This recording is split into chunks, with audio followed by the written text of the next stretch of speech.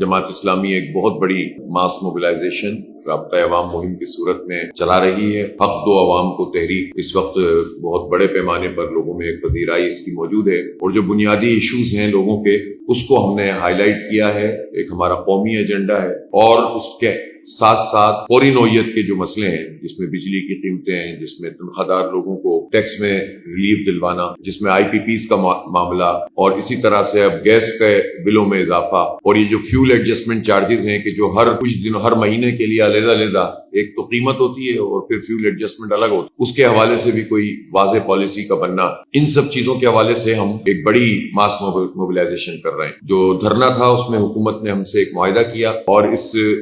معاہدے کے follow up کے لیے بھی ہم مسلسل عوامی رابطہ مہم جاری رکھے ہوئے ہیں۔ پہلے مرحلے کے طور پر 28 تاریخ کو جو ہم نے ہڑتال اناؤنس کی ہے، انشاءاللہ تعالی یہ ایک انتہائی کامیاب ہڑتال ہوگی، مکمل شٹر ڈاؤن ہوگا، اور ملک گیر سطح پر یہ میسج لوگوں کو ہم کمیونیکیٹ کر رہے ہیں کہ وہ حکمران طبقہ جس نے ہماری معیشت کو ویسے ہی تباہ کر دیا ہے، اس کے خلاف اگر ہم مکمل یکجہتی کا اظہار نہیں کریں گے، اور جو اقدامات ہر خاص و عام کے خلاف ہو رہے ہیں، یعنی ہر گھر کے لیے بجلی کی بلوں کی ادائیگی مشکل ہو گئی ہے، پھر اب گیس کے بل بھی آ رہے ہیں، اور تاجر طبقہ بھی پریشان ہے، اور تاجر دوست اسکیم کے نام سے جو اسکیم وہ لے کر آئے ہیں وہ تو تاجر کو تباہ کرنے کی اسکیم ہے۔ ٹیکس دینے میں تو کسی کو کوئی اختلاف نہیں ہے، اور جماعت اسلامی تو چاہتی ہے کہ ٹیکس نیٹ بڑھے۔